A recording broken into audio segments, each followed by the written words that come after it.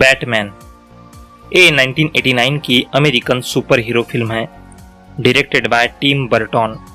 आज बैटमैन इस कैरेक्टर के करोड़ों फैन हैं और कई फिल्म इस पर बन चुकी हैं, वो फिर लाइव एक्शन फिल्म हो या एनिमे। लेकिन 1989 की बैटमैन उन शुरुआती फिल्मों में से है जो कि ना सिर्फ कमर्शियली लेकिन क्रिटिकली भी एडमायर की गई। मूवी के शुरुआत में हम गॉथम सिटी को देखते हैं, जहां एक और शहर की चकाचौंध नजर आती है तो उसके विपरीत कुछ घटनाएं भी नजर आती है, जहां बैटमैन अपने तरीके से उसे ठीक करने में लगा हुआ है।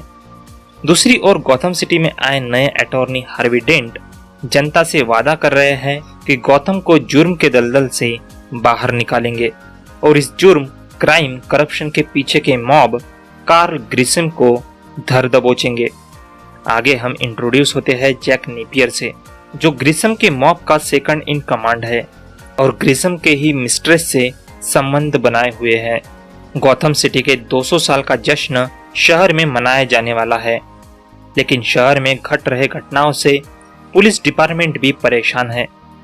लेकिन मेयर पुलिस कमिश्नर गॉर्डन से कहते हैं, अगर पुलिस ग्रिसम को अंदर करती है तो लोग खुशी के साथ जश्न मना सकते हैं। नॉक्स लगातार बैटमैन के स्टोरी पे काम कर रहा है।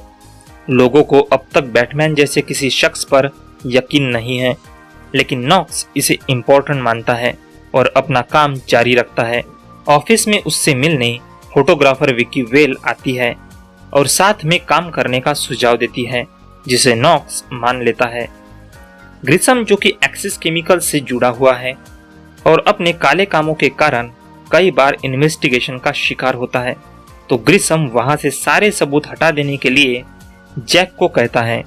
लेकिन असलियत में जैक के खिलाफ ग्रिसम की सोची समझी साजिश होती है। करप्ट ऑफिसर एकहार्ट के हाथों वो उसे मारना चाहता है। ब्रूस के घर बड़ी पार्टी चल रही है, जहां शहर के बड़े बड़े लोग आए हुए हैं, जहां ब्रूस की पहचान नॉक्स से और विकी से होती है।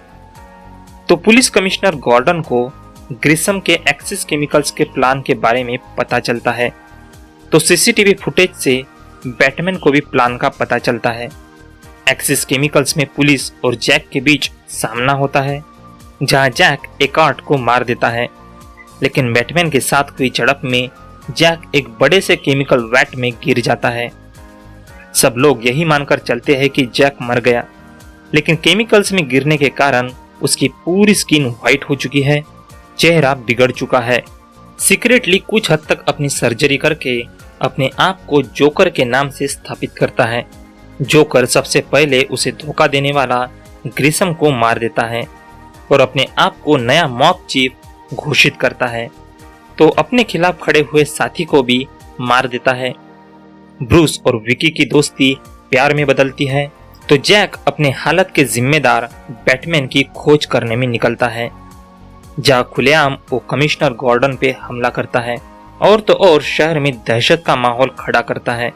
जोकर विकी की तस्वीर देख खासा प्रभावित होता है, तो साथ ही ब्यूटी प्रोडक्ट्स में डेडली केमिकल्स डालकर शहर में एक बार फिर मुसीबत लाता है। ब्रूस जैक के बारे में जानकारी इकट्ठा करता है, जहां उसे पता चलता है कि जैक ही जोकर है।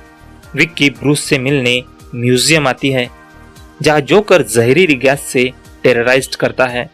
बैटमैन आकर विक्की को बचा लेता है और उसे अपने साथ ले जाता है। विक्की का अपने आप पर होता शक देखकर अगले दिन ब्रूस विक्की के घर जाकर अपने बारे में बताने की कोशिश करता है, लेकिन ऐन वक्त वहां जोकर आता है। किसी तरह ब्रूस वहां से निकल पाता है।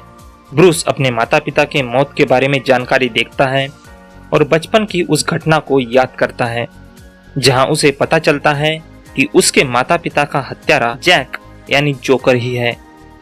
तो अपने बैटमैन होने की बात वो विकी को बताता है। जोकर गॉथम के 200 साल का जश्न करने स्ट्रीट पे निकलता है, जहां जहरीली गैस से लोगों को मारने लगता है। बैटमैन आकर बलून्स को दूर ऊपर छोड़ाता है, तो जोकर विकी को लेकर चर्च के घंटाघर ले जाता है। बैटमैन भी जहां पीछे ही आकर जोकर के लोगों से सामना करता है और जोकर को याद दिलाता है कि तुम ही ने मेरे पेरेंट्स की हत्या की थी। दोनों की झड़प में आखिर जोकर मर जाता है।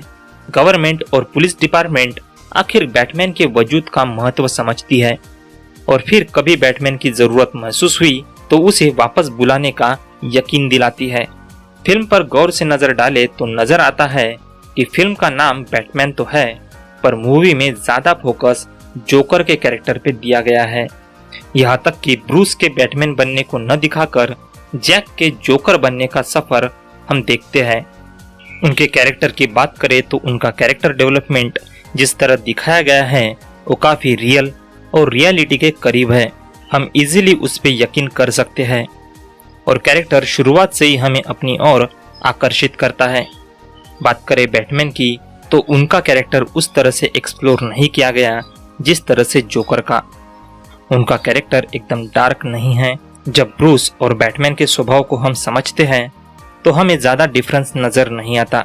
उनके थॉट प्रोसेसिंग को मूवी में ज्यादा एक्सप्लोर नहीं किया गया है, लेकिन गौतम को जुर्म के कटघरे से बाहर निकालना यही उद्देश्य उनका नजर आता है।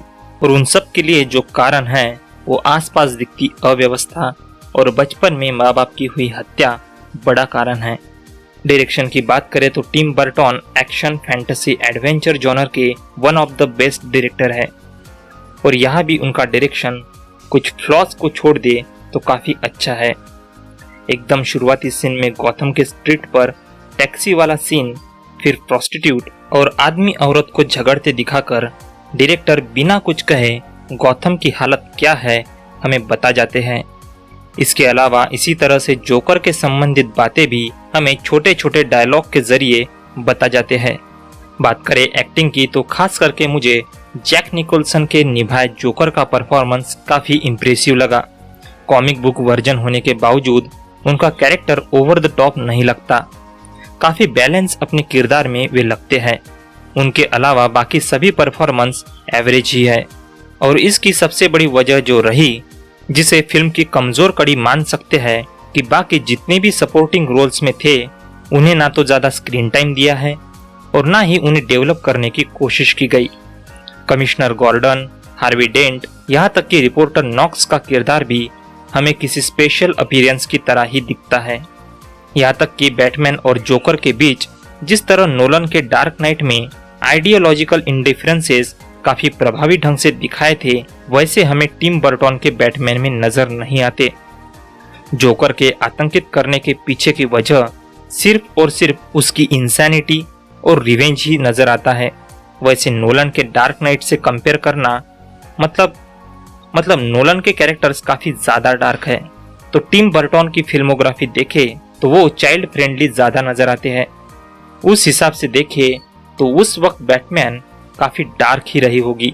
बात करें मूवी के वीएफएक्स की तो स्टार वार्स और जेम्स कैमरून की एलियंस और टर्मिनेटर आ चुकी थी और उन सब से कंपेयर करें तो विजुअल इफेक्ट्स काफी अच्छे हैं। इसके अलावा मूवी का बैकग्राउंड स्कोर भी आउटस्टैंडिंग है। Overall early super hero movies को देखा जाए तो ये undoubtedly finest super hero film है। मैं इस मूवी को दूंगा 8 आउट ऑफ 10 स्टार। अगर आपने 1989 की बैटमैन देखी है तो आपको कैसी लगी आप जरूर बताइए। साथ ही वीडियो अच्छा लगा हो तो लाइक कीजिए, शेयर कीजिए और चैनल को सब्सक्राइब जरूर कीजिए। नमस्कार।